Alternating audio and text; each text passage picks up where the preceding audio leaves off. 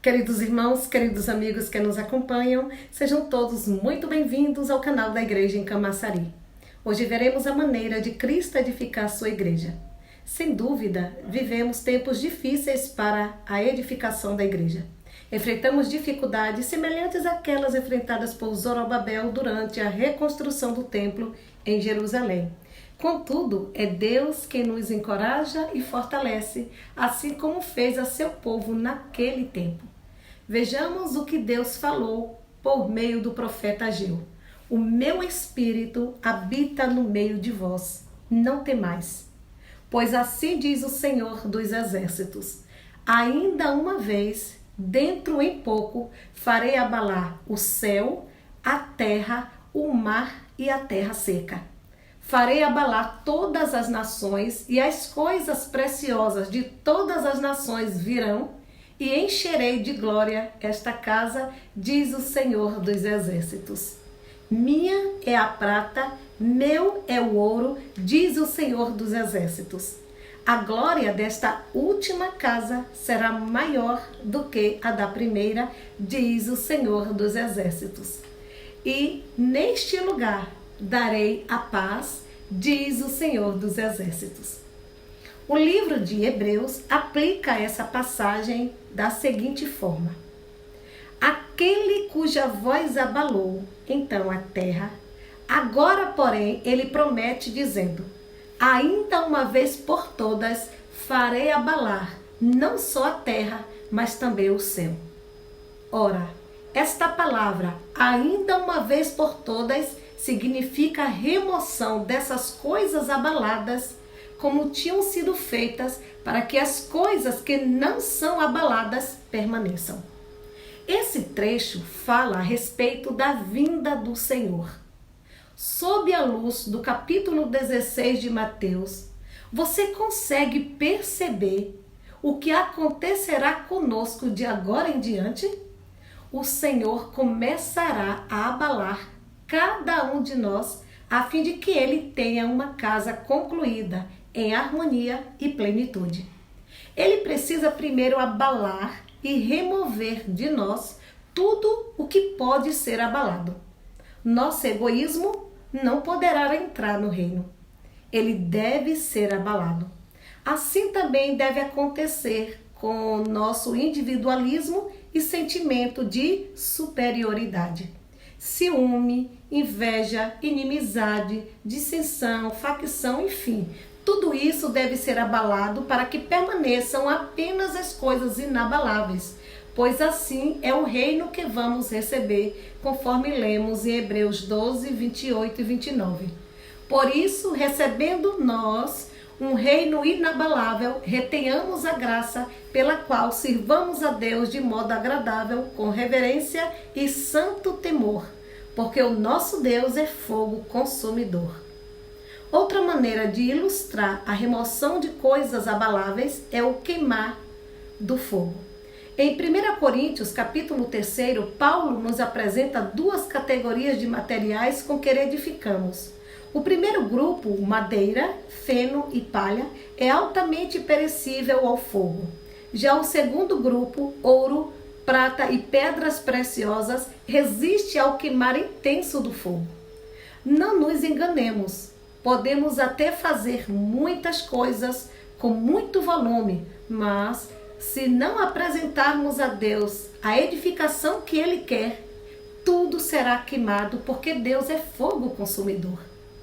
Essa situação está vinculada ao que o Senhor disse no capítulo 7 de Mateus, revelando que muitos que dizem fazer muitas coisas em nome do Senhor serão rejeitados por Ele. Isso é algo muito triste.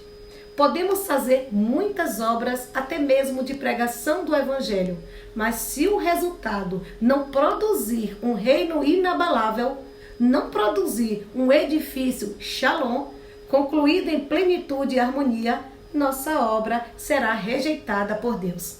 Se nossa obra não produzir o que Deus quer, ou seja, a igreja edificada, tudo o que fizermos será consumido pelo fogo. Portanto, vamos atentar à maneira como edificamos.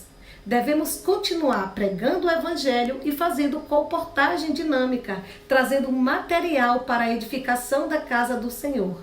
Mas com a mesma disposição, também devemos permitir que Deus trabalhe em nós e abale tudo o que em nós deve ser abalado. Permitir que Ele queime em nós tudo o que não é ouro, prata e pedras preciosas. É assim que Deus obterá, de fato, uma casa harmoniosa e finalizada com todas as peças encaixadas, o edifício Shalom. É isso o que o Senhor quer. Além disso, precisamos perceber que quando Cristo disse que edificaria sua igreja, ele falava que ele mesmo providenciaria tudo o que fosse necessário para isso ocorrer. Mas como acontece na prática? Paulo nos revela a maneira como o Senhor edifica a sua igreja. Assim, ele designou alguns para apóstolos, outros para profetas, outros para evangelistas e outros para pastores e mestres, com o propósito de aperfeiçoar os santos para a obra do ministério, para que o corpo de Cristo seja edificado. É Cristo quem edifica a igreja. Mas como ele faz isso? Designando alguns para apóstolos, outros para profetas, outros para evangelistas e outros para pastores e mestres. Tudo isso para que Deus obtenha um conjunto. Em nosso meio, há várias pessoas habilidosas que Deus levantou entre nós, assim como ele levantou homens habilidosos para edificar o templo construído por Salomão. Hoje, esses homens que cooperam na edificação da casa de Deus são os apóstolos, os profetas, os evangelistas, os pastores e mestres. Mas qual é o propósito do seu serviço? É receber destaque e ser elogiado? Não. O propósito desses servos é aperfeiçoar os santos de maneira geral, além de cuidar dos novos nas redes de cuidado. Uma vez aperfeiçoados, tem-se então a obra do ministério, cujo objetivo é a edificação da igreja, do corpo de Cristo, a casa de Deus. Este é o foco de Deus. Esta é sua ocupação nesta era, a edificação do corpo de Cristo. Perceba que as 4 categorias de pessoas, apóstolos, profetas, evangelistas e pastores e mestres, possuem dons especiais. São homens dons especialmente preparados para aperfeiçoar os membros do corpo de Cristo e não para substituí-los em suas funções. Ao longo da história da igreja, Satanás agiu de modo muito sutil e enganador. Logo ao final do 1º século, ele incitou os irmãos a lutar por poder e posição na igreja, surgindo daí um sistema hierárquico que sujeitava os demais irmãos. Isso danificou a função dos membros do corpo de Cristo. Dessa maneira, a edificação da igreja ficou estagnada por vários séculos. Diante disso, nossa responsabilidade é restaurar a função dos membros do corpo de Cristo da igreja. Cada irmão e cada irmã tem o direito de servir. Uma vez que nos submetamos ao trabalhar de Deus e à obra de aperfeiçoamento ministrada pelos homens dons da igreja, todos nós poderemos servir. Que o Senhor complete sua obra em nós, a fim de que sejamos seu lugar de descanso. Jesus é o Senhor. Oremos. Santo Deus, somos gratos ao Senhor, pois mesmo vivendo tempos difíceis, somos encorajados e fortalecidos. O Teu Espírito está sempre conosco. Graças a Deus. Hoje estamos engajados na maior obra do universo, a edificação da igreja. Com certeza haverá contra-ataque, mas nada tememos, pois o Senhor é conosco. Louvado seja o Senhor pela edificação da igreja. Nela estará a glória de Deus em plenitude e nela encontramos a paz. Aleluia! Jesus é o nosso Senhor. Amém.